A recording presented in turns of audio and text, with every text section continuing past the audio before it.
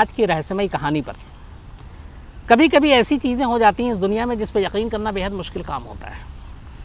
और लगभग आज से 67 ईयर बैक, 67 साल पहले एक ऐसा ही हादसा हुआ। एक ऐसा हादसा, एक ऐसा रहस्य जिसको आज भी सुलझाया नहीं जा सका है। बात जुलाई 1954 की है। 1954 में, और ये कहानी जापान के टोक्यो की है, टोक्यो एयरपोर्ट की है। बल्कि जो टोक्यो का एयरपोर्ट है उसका नाम था हैनेडा। तो दोपहर करीब 12:30 बजे यूरोप से एक फ़्लाइट आती है टोक्यो के हैनेडा एयरपोर्ट पर। फ़्लाइट लैंड करती है, पैसेंजर एक एक कर उतरना शुरू होते हैं। पैसेंजर की सारी तलाशी ली जाती है, उनके डॉक्यूमेंट्स, पासपोर्ट, वीज़ा सब चेक किए जाते हैं क्योंकि इंटरनेशनल फ़्लाइट थी। तो एक एक कर सबकी जांच की गई। तभी उसी फ्लाइट में से एक शख्स ऐसा उतरा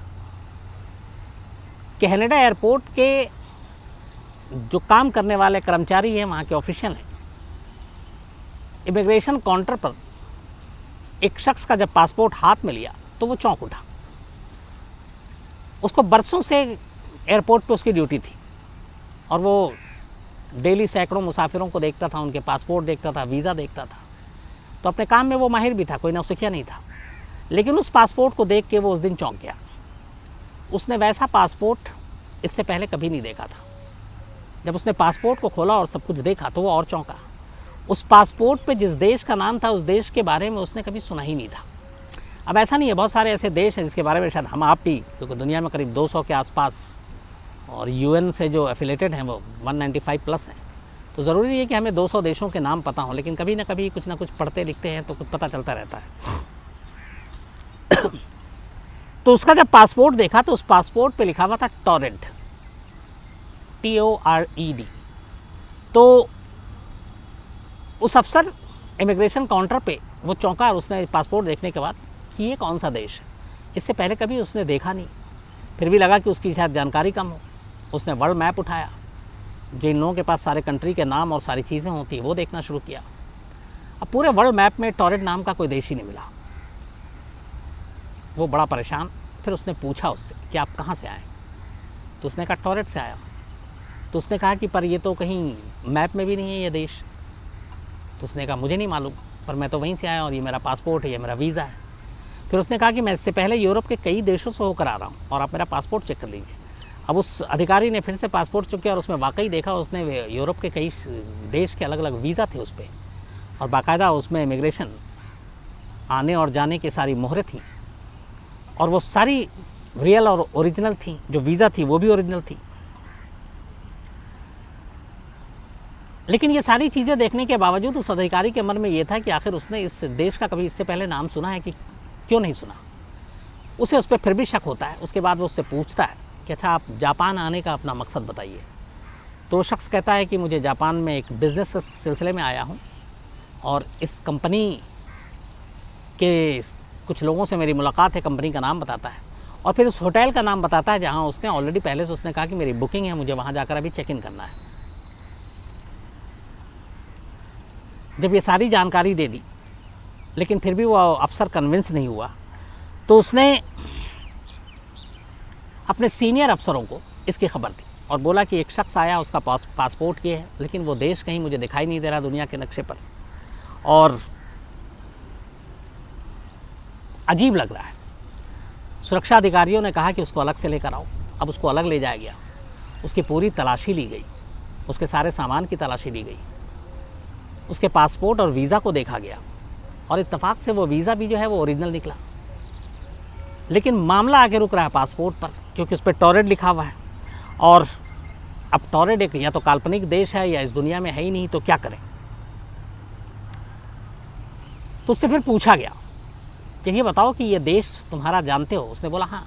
तो अब उसके सामने उन अफसरों ने वर्ल्ड मैप रखा और बोला कि ये है दुनिया के नक्शा, दुनिया के तमाम देश इस नक्शे में है, तुम ये बताओ तुम्हारा देश इस नक्शे में कहाँ पर है। उसने यूँ नक्शा देखा और थोड़ी ही देर में, ज़्यादा वक्त में नहीं लिया, और सीधे उसने उंगली रख दी। जहाँ पे उसने उंगली रखी वहाँ पे उस देश का नाम लिखा था अंडोरा, ANDORA। तो जब उसने दिखाया तो फिर उन अफसरों ने कहा कि ये तो अंडोरा है, टॉरेंट तो है नहीं। तो वो देख के चौंकता और कहता है कि ये तो टॉरेड है, अंडोरा कब हो गया? और अंडोरा ये कौन सा नाम है? मैं टॉरेड बता रहा हूँ, मैं उसी देश का हूँ। अब उसकी बातचीत, उससे जितनी पूछताछ हुई, उसके कागजात, उसके वीज़ा, उसके पासपोर्ट के देखकर जापानी अथॉरिटी ये मान रहे हैं कि ये जो भी कह रहा है सच कह रहा है। लेकिन सवाल ये है कि उस सच पे यकीन कैसे करें, क्योंकि जिस देश का ये पासपोर्ट लेकर आया वो देश असल में कोई अस्तित्व में है ही नहीं दुनिया में, और ये काल्पनिक देश है। तो ये शख्स कौन है? फिर उन्हें लगता है कि ये कोई बहुत बड़ा शातिर है, अपराधी है और माहिर है फॉर्जरी करने में, बाकी सारी चीज़ों में। फिर उन्होंने कहा अब ये बात ऊपर तक अपने और सीनियर अफसरों तक पहुंचा जाएगी, लेकिन तब तक क्या करूं? तो तब तक ये कहा गया कि इसके ऊपर डाउट था। इसको वहीं एयरपोर्ट के करीब एयरपोर्ट अथॉरिटी के एक होटल में ले जाया गया और कहा गया कि जब तक आपका क्लियरेंस ना हो जाए, आपके देश की सच्चाई सामने ना आ जाए, तब तक आप इसी होटल के अंदर रहेंगे और आप यहाँ से बाहर नहीं निकलेंगे। और वहाँ पे कुछ सुरक्षा अधिकारियों को तैनात कर दिया गया। इस दौरान में अथॉरिटी ने अब एक और जांच की। उन्होंने कहा कि इसने बताया कि मैं जापान एक व्यापार के सिलसिले में आया, बिज़नेस के सिलसिले में आया, एक कंपनी के साथ मुलाकात है और फलाने होटल में मेरा चेक इन है, बुकिंग है। तो वहाँ जांच की गई। उस कंपनी के साथ जब कांटेक्ट किया गया और बताया गया कि ये शख्स है और ये नाम बताया कंपनी के अफसर से मिलना है, तो उन्होंने मना कर दिया। उन्होंने कहा कि हम इस शख्स को तो जानते ही नहीं, हमारी कोई इसके साथ अपॉइंटमेंट नहीं है, हमारी कोई मुलाकात नहीं, हमारी कोई बिज़नेस डीलिंग नहीं है। इसके बाद जाँच उस होटल तक जाती है जहाँ पर उसने कहा था मेरा चेक इन है। वहाँ पे पूछताछ होती है तो पता चलता है कि नहीं, इसकी कोई चेकिंग नहीं, इसकी कोई बुकिंग नहीं है। अब उन्हें और डाउट होता है, उन्हें लगता है ये झूठ बोल रहा है और ये कुछ मामला गड़बड़ है। तो उसे ले जाकर एक होटल में रख दिया जाता है। तब तक शाम हो चुकी थी। ये सारी पूछताछ के कवायद में अब रात हो गई। उसको खाना भी होटल में सर्व किया जाता है और होटल की चारों तरफ जिस होटल के कमरे में रखा गया था वहाँ से उसके निकलने का कोई रास्ता नहीं था और बाहर दरवाजे पे सुरक्षा गार्ड बिठा दिया गया। अब ये हुआ कि अगले दिन इसका फैसला किया जाएगा। अगले दिन सुबह होती, सुरक्षा गार्ड दरवाज़ा खोलता है, नॉक करता है। दरवाज़ा खुला हुआ था, अंदर जाता है, कमरे से वो शख्स गायब। पूरे कमरे को ढूंढ मारता है, वो मिलता नहीं और कहीं से भागने का रास्ता नहीं था। कमरे से उसका जो कपड़े वपड़े पहनने के सामान उसको एक ब्रीफकेस में रखा था, जो उसको इजाज़त दी गई थी अपने साथ रखने की, वो सारी चीज़ें गायब और वो खुद गायब। अब वो हैरान फ़ौरन अपने अफसरों को खबर देता है। उधर एयरपोर्ट अथॉरिटी पर के पास जब ये खबर पहुंचती है तो वो हैरान हो जाते हैं। फिर उसके सामान की वो तलाशी दोबारा लेने का फ़ैसला करते हैं, जो उन्होंने ज़ब्त किया था, उसका पासपोर्ट, वीज़ा और बाकी चीज़ें। जब वो लॉकर रूम में जाते हैं और उन चीज़ों को निकालने के लिए, तो हैरत अंगेज़ तौर पर वो सारी चीज़ें गायब। ना उसका पासपोर्ट वहाँ पे, जबकि वो कस्टडी में थी, लॉकर में रखा गया था, सुरक्षा घेरे के अंदर रखा गया था, उसके सारे दस्तावेज़ गायब। होटल से वो रहस्यमयी शख्स खुद गायब। एयरपोर्ट अथॉरिटी से उसके सारे पासपोर्ट, वीज़ा, ये सारी चीज़ें गायब। अब हर कोई हैरान कि एक शख्स एक ऐसे पासपोर्ट पे आया जो पासपोर्ट जिस देश का है वो देश इस दुनिया में नहीं है, और वो शख्स जो पासपोर्ट पे वीज़ा और यूरोप के दौरा करने की बात कर रहा है वो सारे वीज़ा ओरिजिनल हैं। लेकिन वो अचानक रात को अपने कमरे से रहस्यमयी तरीके से भरी सुरक्षा घेरे को तोड़कर गायब।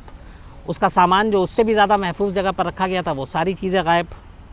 तो आखिर ये था क्या? इसको लेके जापान में बड़ी कहानियाँ आई, बहुत सारी स्टोरीज छपी। कुछ लोगों ने कहा कि ये एक रहस्यमयी शख्स था शायद, और इस दुनिया का था ही नहीं, और आया और गायब हो गया। कुछ लोगों ने अंदाज़ा लगाया कि ये टाइम मशीन का चक्कर है और टाइम मशीन के ज़रिए वो गलती से यहाँ आ गया, फिर उसे लगा कि अब उसका पोल खुल जाएगा, सारी चीज़ें खुल जाएंगी, तो वो गायब हो गया। लेकिन जितनी कहानियाँ थी चलती रही, जांच भी हुई, लेकिन कोई फ़ायदा नहीं। उस शख्स के बारे में कोई जानकारी नहीं मिली। उसके पर बहुत सारी चीज़ें लिखी गई और एक ख़ास तौर पर किताब भी लिखी गई, जिस किताब का नाम है डायरेक्टरी ऑफ पॉसिबिलिटीज़।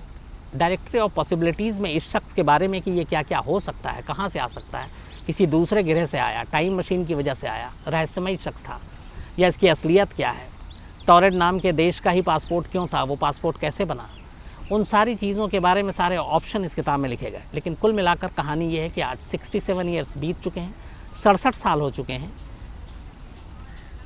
जुलाई 1954 में टोक्यो के हेनेडा एयरपोर्ट पर लैंड किया हुआ ये शख्स, इसकी सच्चाई क्या थी, इसके पासपोर्ट की सच्चाई क्या थी, इसके देश की सच्चाई क्या थी, ये आज भी एक राज है और रहस्य है।